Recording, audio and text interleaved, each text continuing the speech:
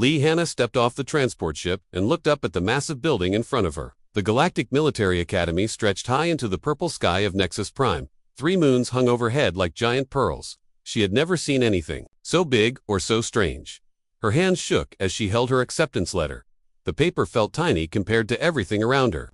She was the first human ever accepted into the academy. Her teachers back on Earth told her this was a great honor. Right now, it felt more like a mistake. Other students walked past her toward the main entrance. Some had blue skin and 4 arms.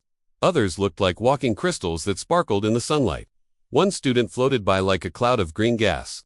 Hannah stared until she remembered her mother's words about being polite. She joined the line of new students. A tall creature with scales and yellow eyes looked down at her. It spoke in perfect English through a small device on its chest. "You must be the human," it said. "I am Kong Minho from Vaxa. I heard they were bringing one of your kind here." Hannah nodded. "Yes, I'm Hannah. Nice to meet you." Minho's mouth opened to show rows of sharp teeth. She hoped this was a smile. "You are very small. Do all humans look like you?" "Pretty much," Hannah said. She felt even smaller standing next to him. Line moved forward. A floating screen appeared in front of each student. Hannah's screen showed her class assignment and room number. Combat Strategy Class 7 Alpha. Dormitory Level 15. Room 847. She followed the other students through halls made of smooth metal. Everything glowed with soft blue light. Signs in dozens of languages hung from the ceiling. Her translation device worked hard to keep up. Her room was small but clean. The bed adjusted to her size when she sat on it. A window showed the academy's training grounds below. She could see students practicing with weapons that shot beams of light.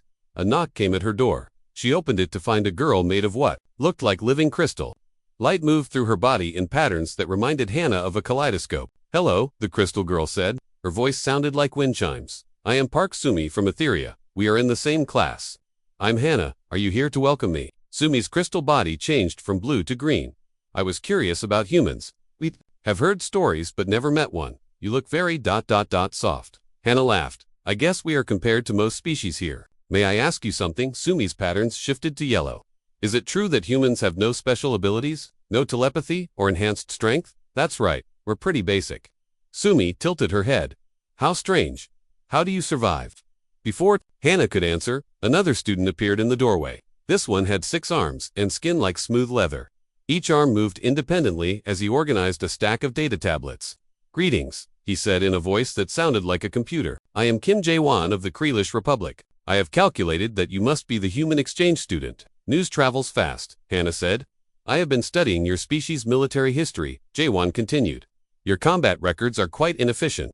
Very little mathematical precision. In your strategies," Hannah felt her cheeks grow warm. "We do our best." A soft humming sound filled the hallway. A cloud of purple gas drifted toward them. When it spoke, colors flashed inside the gas like lightning. "I am Cho Yuna of the Nebula Systems." The cloud said, "Forgive my directness, but you smell very strange." "Sorry," Hannah said. "I showered this morning." Yuna's colors shifted to bright orange, not unpleasant, just different, very solid, very definite. The 4 of them stood in awkward silence. Hannah realized they were all trying to figure her out. She was probably just as strange to them as they were to her. "Well," she said finally, "I guess we should get to class."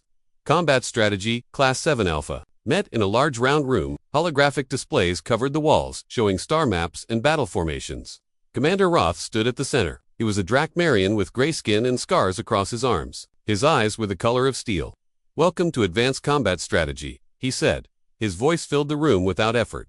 "Here you will learn to think like warriors. You will study the greatest battles in galactic history. You will understand why some species win and others lose." His eyes found Hannah in the crowd. "Most of you come from proud warrior races. Your people have fought in the void between stars for thousands of years. You have evolved to be soldiers." He walked closer to her. "Some of you are here for other reasons. The human exchange program is a diplomatic gesture. Earth wishes to learn from superior civilizations. We have agreed to humor this request." Hannah felt every eye in the room on her. Her face burned with embarrassment. "Do not expect special treatment," Commander Roth continued. "War does not care about politics or feelings. It only cares about strength, speed, and smart thinking.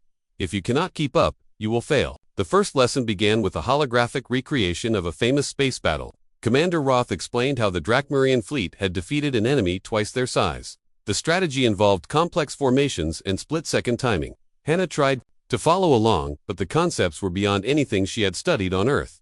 Her classmates nodded and asked detailed questions. She stayed quiet and took notes. After class, Minho approached her. Do not feel bad about the commander's words. He is hard on everyone. I just want to do well, Hana said.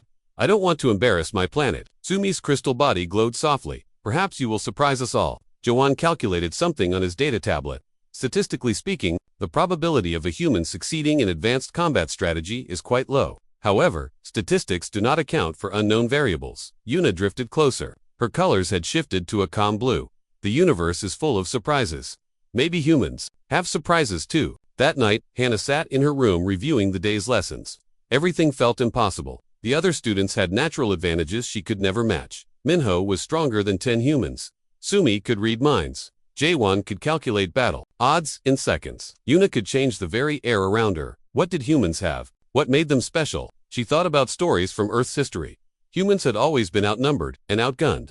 They faced bigger predators, harsher environments, and stronger enemies. But somehow, they had survived. They had even thrived.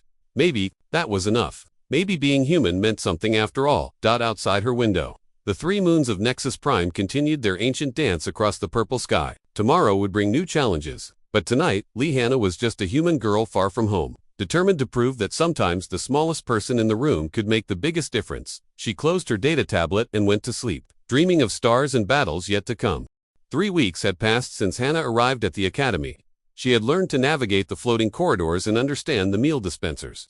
Her alien classmates had grown comfortable around her, though they still treated her like a curious pet rather than a real student. Each morning brought new lessons in weapons theory, fleet formations, and tactical analysis. Hana struggled with the advanced concepts while her classmates absorbed everything easily. Commander Roth rarely called on her during discussions. When he did, his questions were simple ones meant for beginners. Today we begin practical applications, Commander Roth announced to Class 7 Alpha. The room transformed around them into a massive holographic space. Stars sparkled in the distance.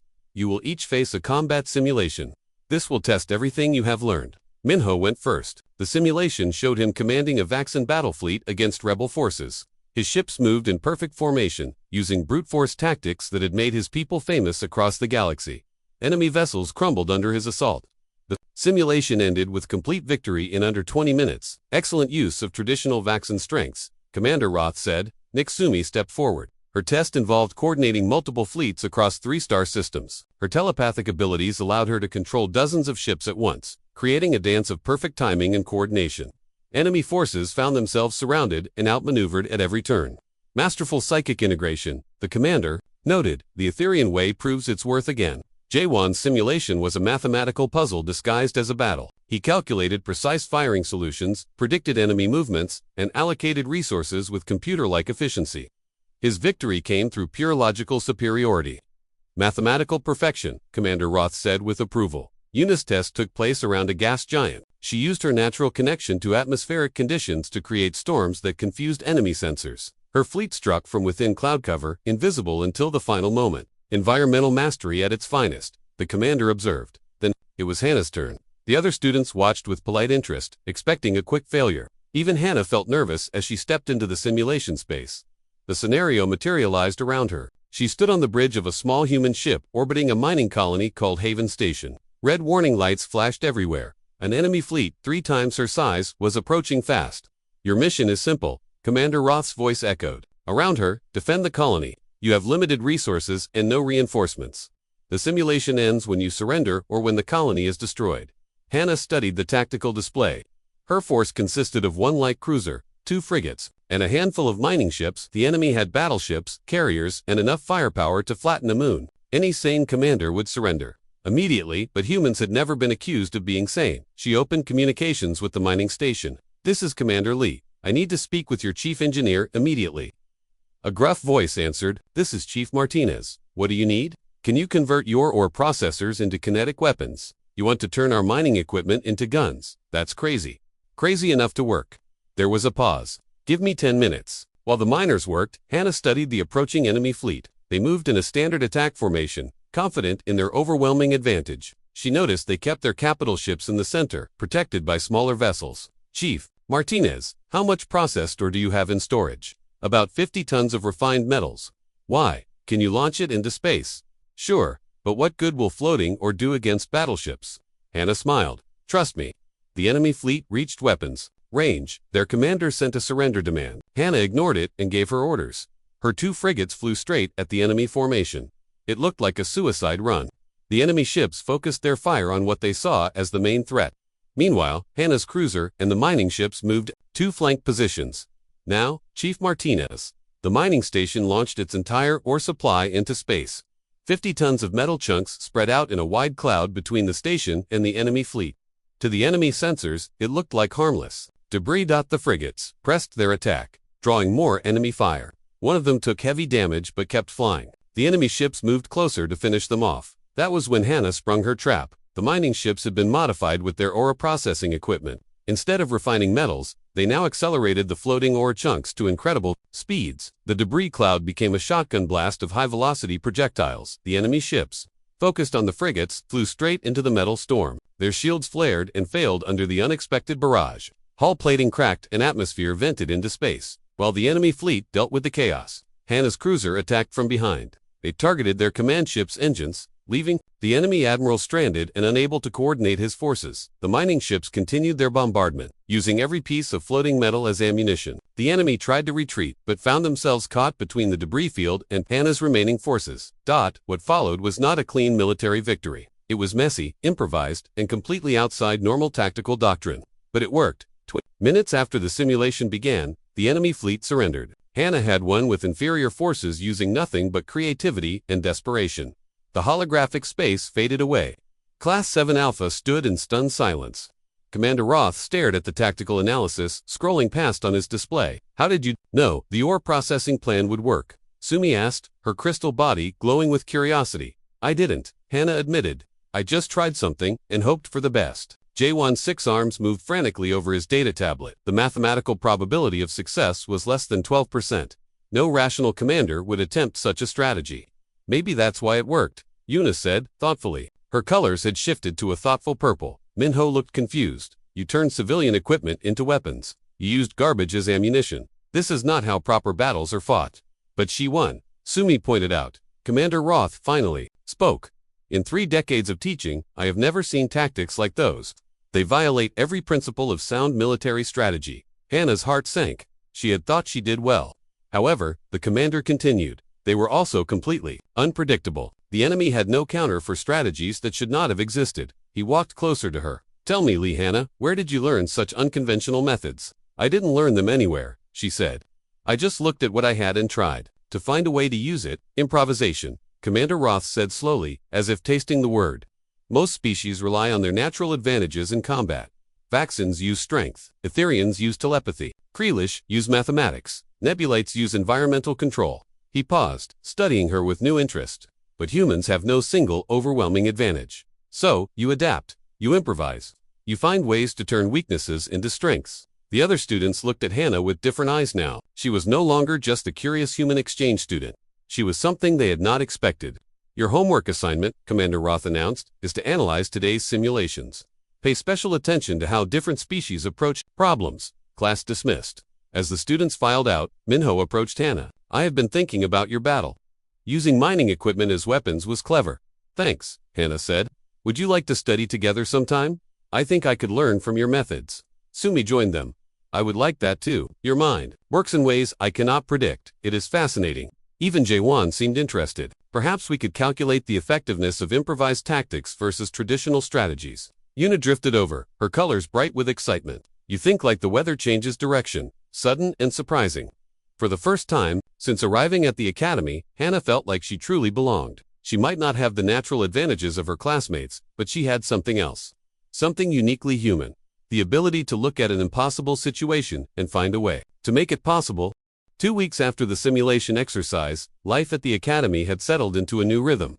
Hannah found herself included in study groups with her classmates. They would gather in the common room, sharing knowledge and perspectives from their different worlds. Minho taught them about Vaxan battle fury, a state of controlled rage that made his people nearly unstoppable in close combat. Sumi demonstrated how Etherians linked their minds across vast distances to coordinate fleets. Jaewon showed them mathematical formulas that could predict enemy movements with stunning accuracy. Yuna explained how nebulites could read the mood of entire planets through atmospheric changes. In return, Hannah shared human military history. She told them about generals who won battles against impossible odds, about soldiers who never gave up, even when everything seemed lost. Her classmates listened with growing fascination. Your species has fought so many wars, Sumi observed one evening. Her crystal body pulsed with thoughtful blue light. How do you survive constant conflict? We learn from it, Hannah said simply. Every defeat teaches us something new. Every victory shows us what works. Commander Roth had also changed his approach with Hannah. He still pushed her hard, but now he seemed genuinely interested in her answers. During tactical discussions, he would ask her opinion on unconventional solutions. The human perspective continues to surprise me, he admitted after one particularly intense class. Your species thinks in ways that break established patterns. Everything changed on a Tuesday morning during Advanced Fleet Operations class. The students were analyzing a complex battle scenario when alarms began sounding throughout the academy. Red lights flashed in the corridors outside. Commander Roth pressed his hand to a communication device on his wrist. His expression grew grave as he listened to the incoming message. Class is suspended, he announced. All students report to Emergency Assembly Hall immediately. The assembly hall buzzed with nervous energy. Students from every class level filled the massive chamber. Faculty members stood at the front, their faces serious. Admiral Korvax, the Academy's commander, stepped forward to address the crowd. We have received multiple distress signals from the Tau Cygni system, the Admiral announced. Her voice carried clearly through the hall's sound system. 3 colonies have been attacked by an unknown enemy force. A holographic display appeared above the stage, showing star charts and battle damage reports. The images were disturbing. Entire space stations had been reduced to floating debris. Colony domes lay shattered on planetary surfaces. The attacking fleet used weapons and tactics we do not recognize. Admiral Korvax continued. They overwhelmed our defenses with shocking speed and efficiency. Minho leaned toward Hannah. The Tau Cygni system has strong military protection. What kind of enemy could defeat them so easily? Before Hannah could answer, the Admiral continued her briefing. Intelligence reports suggest the enemy fleet is massive, consisting of ships of unknown design. They coordinate their attacks with precision that suggests a unified command structure. More images appeared on the display. Censored recordings showed sleek black vessels moving in perfect formation. Their weapons left no energy signatures that could be identified. Their hulls absorbed sensor scans like they were made of shadow. All military academies in this sector are being placed on high alert, the Admiral said. We will continue normal operations while monitoring the situation. Faculty and senior students may be called to active duty if the threat escalates. After the assembly, Class 7 Alpha gathered in their usual study room. The mood was tense. Everyone had questions, but no one had answers. 3 colonies destroyed in a single day, Jaewon said, his 6 arms working frantically on multiple data tablets. The mathematical precision required for such coordination is extraordinary. Yuna's gaseous form had shifted to worried gray colors. The atmospheric readings from the attack sites are strange. It's like the air itself was afraid. Sumi's crystal body remained unusually dim. I tried to sense thoughts from the affected areas. There's nothing there. Complete silence where thousands of minds should be. Commander Roth entered the room carrying a data case. I thought you might want to see the tactical analysis of the attacks. He activated a holographic display that showed the timeline of events. The enemy had struck all 3 colonies simultaneously, despite them being spread across the entire star system. Each attack had lasted exactly 47 minutes. Each had followed the same pattern. They knew exactly where to hit and when, the commander explained. Defense platforms were neutralized first, then communication arrays, then civilian evacuation routes. It's like they had studied our standard procedures. Hannah studied the attack patterns carefully. Something bothered her about the precision of the timing. Commander, do we have records of how other species typically respond to surprise attacks? Of course. Why do you ask? Look at the timing again. 47 minutes per colony. That's not random. She moved closer to the display, pointing at specific data points. Vaccine response protocols call for immediate counterattack within 15 minutes. Etherian evacuation procedures take 30 minutes to complete. Kreelish, defensive. Calculations require 22 minutes of analysis. Her classmates followed her reasoning with growing alarm. The enemy didn't just know our defenses, Hannah continued. They knew how each species would react. They timed their attacks to counter our natural responses. Commander Roth's expression grew troubled. That level of intelligence gathering would take years of careful observation. Or they've fought us before, Minho said grimly. Perhaps they know our methods because they've defeated them already. Jaewon was running calculations on his tablets. If the enemy can predict our responses with such accuracy, conventional tactics become useless. They'll always be one step ahead. Sumi's crystal form brightened suddenly, but they couldn't predict human tactics, could they? Your methods don't follow established patterns. Yuna's colors shifted to hopeful yellow. The enemy studies how we normally fight, but humans don't fight normally. Hannah felt a chill run down her spine. We need to warn the fleet commanders. If this enemy has been watching us, they know exactly how every species will respond to their attacks. Commander Roth was already activating his communication device. I'll contact fleet headquarters immediately. Your analysis could save lives. As the commander spoke with military officials, the students continued studying the attack data. The more they learned, the more frightening the enemy became. This wasn't just a superior military force. This was something that understood its enemies better than they understood themselves. Look at this, Jaewon said, highlighting a section of sensor data. The enemy ships moved in formations that seemed designed to trigger specific psychological responses. They wanted to cause panic and confusion. They're not just better equipped, Yuna observed. They're better prepared. They know exactly how to hurt us. Minho's claws extended involuntarily. How do you fight an enemy that knows your every move before you make it? You don't make moves they can predict, Hannah said quietly. Everyone turned to look at her. She was staring at the tactical display with intense concentration. They've studied established military doctrine from every major species in the galaxy, she continued. They know how we're supposed to fight, but what if we don't fight the way we're supposed to? Commander Roth finished his communication and rejoined the group. Fleet headquarters is taking your analysis seriously. They're reviewing all standard response protocols. It might not be enough, Hannah said. If this enemy has been watching us for years, they probably know our emergency procedures too. Sumi's body pulsed with worried light. Then how do we stop them? Hannah looked around at her classmates. Each of them represented the best military traditions of their species. Each had been trained in methods that had proven successful for centuries. But those methods had also been observed and studied by an enemy that seemed to know them better than they knew themselves. We do what humans have always done, she said. Finally, we adapt, we improvise, we become something they haven't seen before. Commander Roth nodded slowly. The enemy may have studied our past, but they cannot predict our future if we choose to write it differently. Outside the Academy's windows, the three moons of Nexus Prime continued their ancient dance. But now their light seemed dimmer, as if even they understood that something dark was coming toward them through the void between stars. The war was getting closer, and conventional wisdom would not be enough to stop it. The Academy shook violently as Hannah ran through the corridors. Emergency lights flashed red and yellow. The sound of distant explosions echoed through the metal walls. Students and faculty rushed in all directions, carrying weapons and equipment. It had been only 5 days since the distress signals from Tal Cygni. Now the enemy fleet had arrived at Nexus Prime itself. The mysterious black ships appeared at the edge of the system like shadows coming to life. Hannah burst into the emergency command center that had been set up in Combat Strategy Class 7 Alpha's room. Her classmates were already there, along with Commander Roth and several senior officers. Holographic displays showed the approaching enemy fleet in terrifying detail. The enemy had more than 100 ships. Each one was larger than anything in the Academy's defense force. They moved in perfect formation, spreading out to surround the planet like a closing fist. 3 galactic defense fleets have already engaged them, Admiral Korvax was saying. To the assembled officers, the first fleet lasted 18 minutes. The second lasted 22 minutes. The third fleet lasted 15 minutes. Commander Roth studied the battle reports with growing horror. The enemy countered every strategy we used. It's as if they knew exactly what we would do. Because they did know, Hannah said from where she stood with her classmates. They've been studying us for years. They know our doctrines better than we do. Admiral Korvax looked at the young human with tired eyes. Then, what do you suggest, Cadet? How do we fight an enemy that knows all our moves? We stop using moves they can predict, Hannah replied. We do everything wrong. Everything backward. Everything they don't expect. Minho stepped forward. The human has a point. In our study sessions, she has shown us tactics that no Vaxxan would ever use. They work because they make no sense. Sumi's crystal body glowed with urgent light.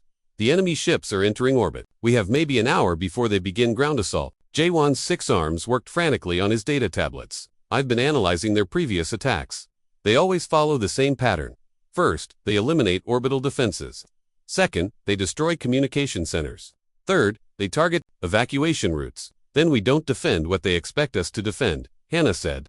We let them attack empty targets while we hit them where they don't expect it. Commander Roth activated the communication system. All Academy personnel, this is Commander Roth. We are implementing Emergency Protocol Chaos. Repeat, Protocol Chaos is now in effect. Yuna's gaseous form swirled with confused colors.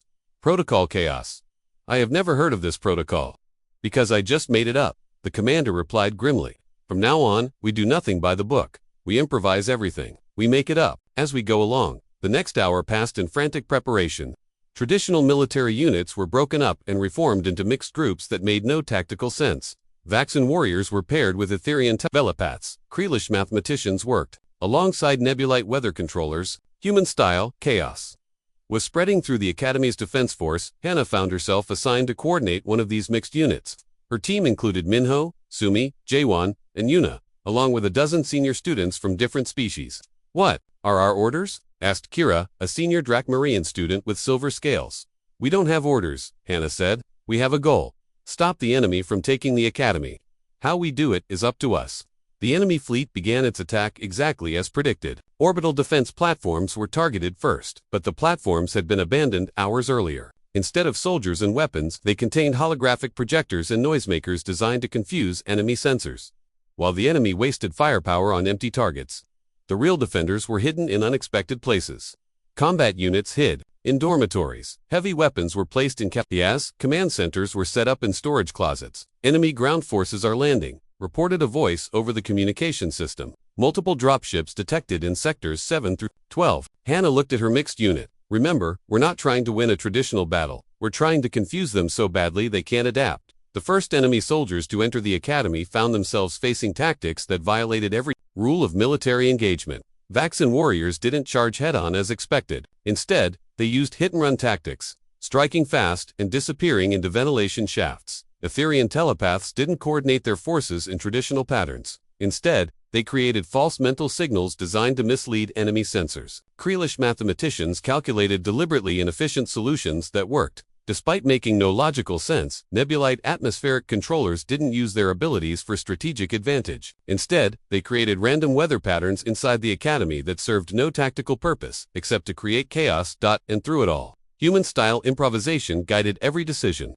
When plans failed, new plans were invented on the spot. When weapons ran out, everyday objects became weapons. When traditional tactics were needed, they did the opposite. Hannah's unit found themselves defending the main computer core against a squad of enemy soldiers. The enemy moved with mechanical precision, following standard assault protocols. They expected the defenders to fall back in an organized retreat. Instead, Hannah ordered her team to advance through a maintenance tunnel that led behind the enemy position. Minho burst out of a wall panel, roaring like his ancestors while swinging a modified food processor like a club. Sumi created blinding light patterns that confused enemy targeting systems. Jaewon calculated the exact angles needed to ricochet energy bolts off the metal walls. The enemy soldiers had no response protocols for defenders who attacked from inside walls using kitchen equipment as weapons. "This is impossible," one of the senior students whispered as they watched enemy forces retreat in confusion. "We're winning against superior numbers and technology."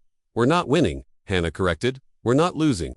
And sometimes that's enough." The battle raged through the Academy's corridors for hours. Enemy forces found themselves constantly surprised by tactics that made no sense. Every time they adapted to one strange strategy, the defenders would switch to something even more illogical.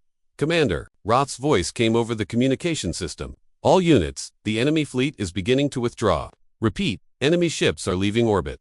Cheers echoed through the Academy halls. Students and faculty who had never fought together were hugging and celebrating. The impossible had happened. They had defeated an enemy that should have crushed them easily. Later, as the immediate danger passed, Hannah sat with her classmates in their old study room. The holographic displays now showed enemy ships retreating toward the outer system. "I don't understand how this worked," Jaewon said, his mathematical mind struggling with the illogical victory. "The enemy studies how we're supposed to fight," Sumi explained, her crystal body glowing with satisfaction. "But we didn't fight the way we were supposed to." Yuna's colors shifted to happy gold. "We fought like humans, chaotic and unpredictable." Min flexed his claws thoughtfully. "My people have always valued strength and direct confrontation. Today I learned that sometimes the indirect path is stronger." Commander Roth entered the room, looking exhausted but pleased. "Congratulations, you've just participated in the first successful defense against the Void Collective." "The Void Collective?" Hannah asked. "That's what intelligence has identified our enemy as.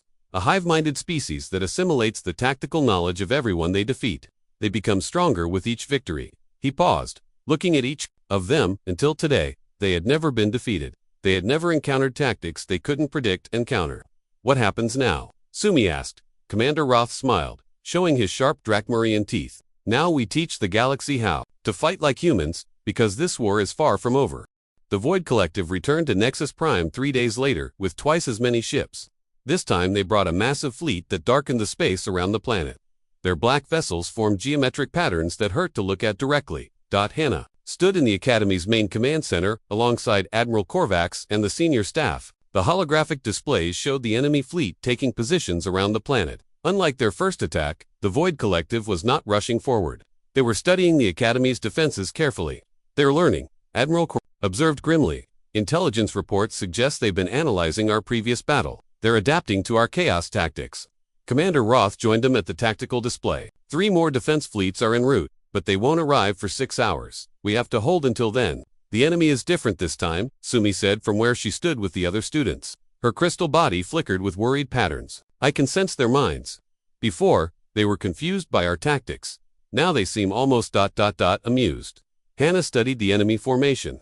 The ships were arranged in a pattern that looked almost like a spiderweb, with the largest vessels at the center. They're not planning to attack the same way as before.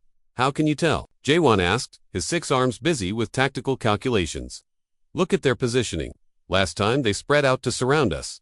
This time they're concentrating their forces. They want us to attack them. Minho growled low in his throat. It's a trap. They expect us to use the same chaotic tactics that worked before. Yuna's gaseous form shifted to alarmed red colors. Then what do we do? If chaos doesn't work anymore, we're back to traditional tactics. And traditional tactics are exactly what they've been studying.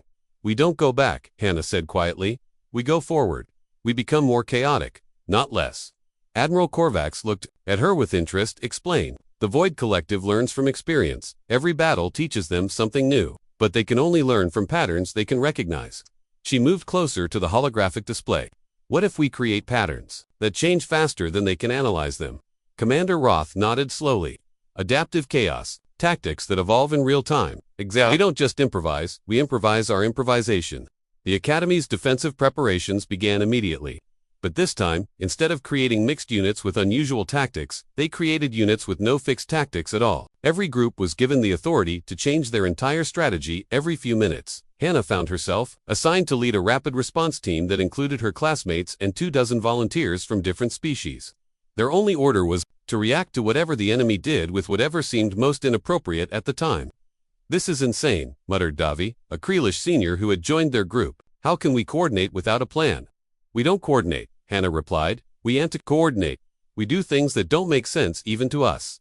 The enemy attack began at dawn. Void Collective ships descended toward the planet's surface in perfect formation, but instead of targeting the expected defensive positions, they headed straight for the Academy's main buildings. They're not following their previous pattern, Commander Roth announced over the communication system. All units, implement fluid response protocol. Hannah's team was positioned in the Academy's botanical garden when the first enemy dropships landed.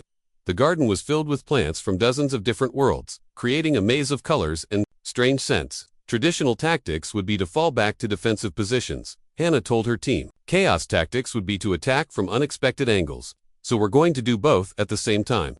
She split her team in half. One group began a fighting retreat toward the main buildings, drawing enemy attention. The other group advanced toward the landing zone but stopped to redecorate the garden along the way. Redecorate, Yuna asked, her colors shifting to confused purple. Make it look like we're fortifying positions. But actually, we're just making it pretty. Hannah pointed. 2. A cluster of earth roses.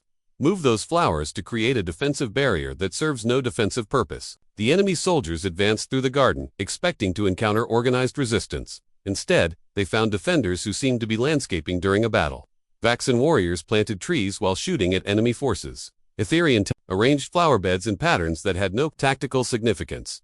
The enemy's adaptive intelligence tried to analyze these actions but found no recognizable patterns. Were the defenders creating cover, setting traps, following some alien cultural ritual? The uncertainty slowed their advance as they tried to determine the purpose of the flower arrangements. Meanwhile, the retreating half of Hannah's team had reached the main building, but instead of taking defensive positions, they began redecorating the lobby. Sumi used her crystal abilities to create beautiful light displays on the walls. Jaewon calculated the most aesthetically pleasing arrangement of furniture. Enemy forces, entering the building, found themselves in what appeared to be an art gallery rather than a military installation. Defenders were hanging paintings while engaging in fight. The disconnect between artistic creativity and violent combat created a psychological effect that the Void Collective's hive mind couldn't process. Throughout the Academy, similar scenes played out. Defenders cooked meals while defending corridors. They held poetry readings during artillery bombardments. They organized dance parties in the middle of strategic choke points. Status report. Admiral Korvax requested over the communication network. Enemy forces are advancing, but showing signs of confusion. Commander Roth replied, their coordination is breaking down. Some units have stopped advancing altogether. Why would they stop? Because our defenders are teaching them about music theory while shooting at them. The enemy's pattern recognition systems are overloading. The tide of battle began to turn when Hannah's team started their most ambitious project yet. They decided to create an impromptu wedding ceremony in the middle of the main courtyard. Minho, dressed in formal Vaxen battle armor decorated with flowers, stood at an altar made from stacked weapons. Sumi, glowing with soft romantic light, played the role of bride while also providing covering fire for their flanks. Jaewon officiated the ceremony while calculating optimal defensive positions. Yuna provided atmospheric effects that were both beautiful and tactically meaningless. Enemy soldiers entering the courtyard found themselves interrupting what appeared to be a wedding celebration. The psychological impact was devastating. The Void Collective's hive mind, which operated on pure logic and efficiency, could not comprehend defenders who would hold a wedding during an active battle. Do we shoot at a wedding? Enemy commanders asked each other through their communication networks. The hesitation was all the Academy's defenders needed. While enemy forces debated the ethics of attacking a marriage ceremony, hidden defenders emerged from their positions and surrounded the confused invaders. Surrender, Hannah called out to the enemy troops. Still wearing her bridesmaid dress made from camouflage netting, you're interrupting our reception. The enemy soldiers, bred for conquest and programmed for efficiency, had no response protocols for polite wedding invitations from their targets. By midday, the Void Collective fleet was retreating once again. Their ground forces had been defeated, not by superior firepower or tactical brilliance, but by complete psychological confusion. How is this possible? Admiral Korvax asked as they watched the enemy ships withdraw to the edge of the system. We've defeated them twice, using tactics that shouldn't work. They work because they're not tactics, Hannah explained. We're not trying to win battles. We're trying to create experiences that the enemy can't categorize or understand. Commander Roth looked at the young human with new respect. You've weaponized creativity itself. Sumi's crystal body pulsed with amazement. The Void Collective learns from military encounters. But they can't learn from art, music, poetry, and wedding ceremonies. They're a hive mind focused on conquest, Yuna added, her colors bright with understanding. They have no framework for processing beauty, celebration, or joy. Minho removed his flower-decorated helmet. We've found their weakness. They can adapt to any form of warfare, but they cannot adapt to acts of creation and happiness. Jaewon was running calculations on his tablets. The mathematical implications are staggering. We've discovered that advanced military intelligence can be defeated by advanced emotional intelligence. As the Academy's defenders celebrated their second impossible victory, Hannah looked out at the stars where the Void Collective fleet was regrouping. She knew they would return again, probably with new adaptations and strategies. But she also knew something the enemy didn't understand. Humans had spent their entire history turning survival into an art form. They made beauty from chaos, found joy in adversity, and created hope from desperation. The Void Collective could study human military tactics all they wanted, but they would never understand the human spirit that turned every battle into an opportunity for creativity and every crisis into a chance for growth. The war was far from over, but humanity had given the galaxy something it had never seen before, a way to fight that was also a way to live. 6 months after the battles at Nexus Prime, Hannah stood before the Galactic Military Council in the Great Assembly Hall on Centauri Station. Representatives from 47 different species filled the vast chamber. Each delegation sat in specially designed sections that accommodated their unique physiologies. The news had traveled fast across the galaxy. A small academy had defeated the Void Collective twice, using tactics that violated every known principle of warfare. Military commanders from every major civilization wanted to understand how it had been possible. The Council recognizes Cadet Lee Hannah, of Earth, announced the speaker, a tall crystalline being whose voice resonated through the chamber's translation systems. Hannah approached the central podium, feeling very small among the assembled representatives. Behind her, Admiral Korvax and Commander Roth sat with delegations from the Academy. Her classmates were there too, now considered heroes throughout the galaxy. Honored representatives, Hannah began, her voice carrying clearly through the chamber's acoustics. You've asked me to explain how we defeated an enemy that had conquered 12 star systems without a single loss. Murmurs rippled through the assembly. The Void Collective's reputation for invincibility had been legendary until the battles at Nexus Prime. The answer is simple, Hannah continued. We stopped trying to be better soldiers and started trying to be better people. A representative from the Zarthon Empire stood up. His species resembled giant beetles with metallic shells. Explain this philosophy. How does personal improvement relate to military victory? The Void Collective learns from every battle they fight. Hannah replied. They study our tactics, our weapons, our strategies. They become stronger with each encounter because they can predict how we will respond to threats. She activated a holographic display that showed tactical analyses from the Academy's battles. but they can only predict responses that follow logical patterns. Military doctrine is logical. Emotional responses are not. Creative expressions are not. Acts of love, art, and celebration follow no tactical formula. A Drakmarine general raised his scaled hand. Are you suggesting we replace military training with art classes? Laughter echoed through parts of the chamber, but Hannah remained serious. I'm suggesting we expand our definition of strength. Every species here has developed military prowess based on their natural advantages. Vaxans use physical power. Etherians use telepathy. Kreelish use mathematical precision.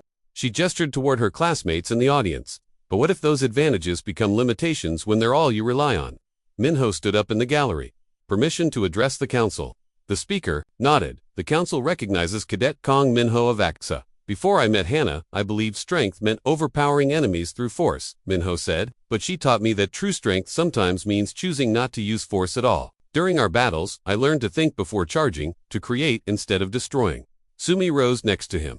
The human showed us that telepathy is more powerful when used to inspire rather than control. I discovered abilities I never knew I had when I stopped limiting myself to traditional Etherian methods. Jaewon activated his own holographic display. My calculations show that mixed species units using human-style adaptive tactics are 47% more effective than traditional single-species formations. The mathematics support the philosophical argument. Yuna drifted forward, her gaseous form shifting to determined colors. We learned that the environment is not just something to control, but something to dance with. Human creativity taught us to work with chaos instead of against it. A representative from the nebula. Congress spoke up. These personal testimonies are interesting, but how do we implement such concepts on a galactic scale? How do we train entire fleets to think like humans?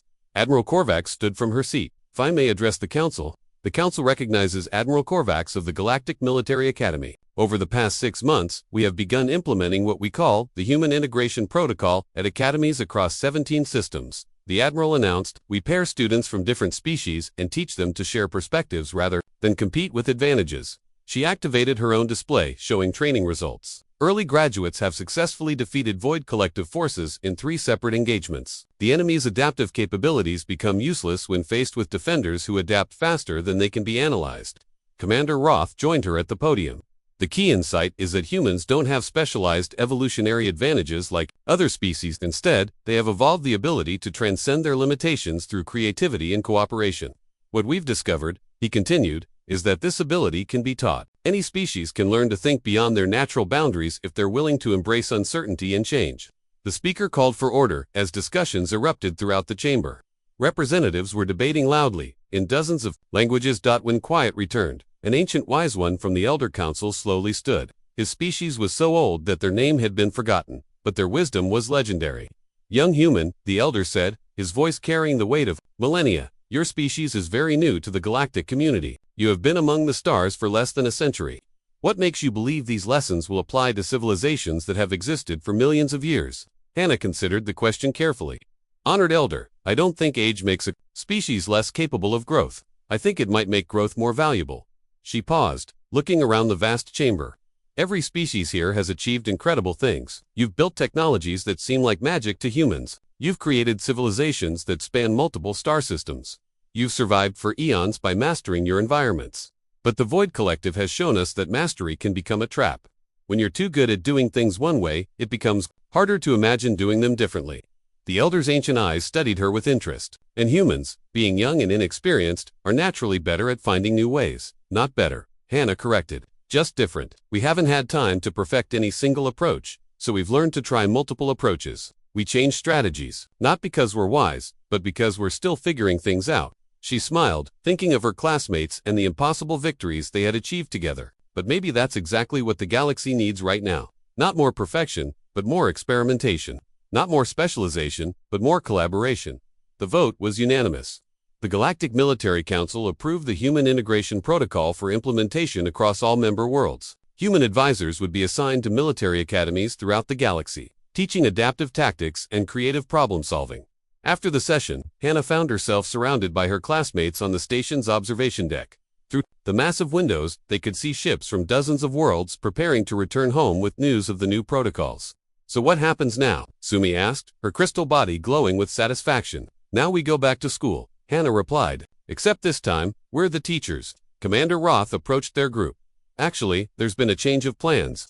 the Council has approved the formation of the first integrated tactical unit. You 5 have been selected to lead it. Min, eyes widened. You want us to command a real military unit? Not command, the commander corrected. Guide, your job will be to work with fleet commanders across the galaxy, teaching them how to think like humans while still being themselves. J1 was already calculating the implications. A traveling academy, we become living examples of interspecies cooperation. Yuna's colors shifted to excited gold. We get to explore the galaxy and help other worlds learn what we've learned. There's more, Admiral Korvac said, joining the conversation. Intelligence reports suggest the Void Collective is regrouping in the Outer Rim. They're adapting to our new tactics, trying to find ways to counter creativity itself. Hannah looked out at the stars, thinking about the enemy that had brought them all together. Then we'll have to become even more creative. We'll have to find new ways to surprise them. The universe is vast, Sumi observed. Surely it contains more surprises than even the Void Collective can predict. As their ship prepared to depart Centauri Station, Hannah reflected on her journey from exchange student to galactic tactical advisor. She had come to the academy thinking she had everything to learn from advanced alien civilizations. Instead, she had discovered that humanity's greatest gift to the galaxy was not any specific knowledge or technology. It was the willingness to keep learning, to keep changing, to never accept that any problem was unsolvable or any enemy was unbeatable. The Void Collective had made one crucial mistake. They assumed that understanding their enemies would guarantee victory, but they could never understand the most important thing about the species they faced. Life itself was creative. It found ways to grow beyond any limitation, to adapt to any challenge, to become more than what it started as. And humans, in their short time among the stars, had become masters of this fundamental truth. As their ship jumped to hyperspace, carrying them toward new worlds and new challenges, Hannah smiled. She was no longer just a human exchange student. She was something the galaxy had never seen before, a teacher of possibilities, a guide to growth, a living example of what any being could become when they refused to accept the limitations of what they were born to be. The war with the Void Collective would continue, but now the galaxy fought not just with weapons and tactics, but with imagination and hope. And in the end, that would make all the difference.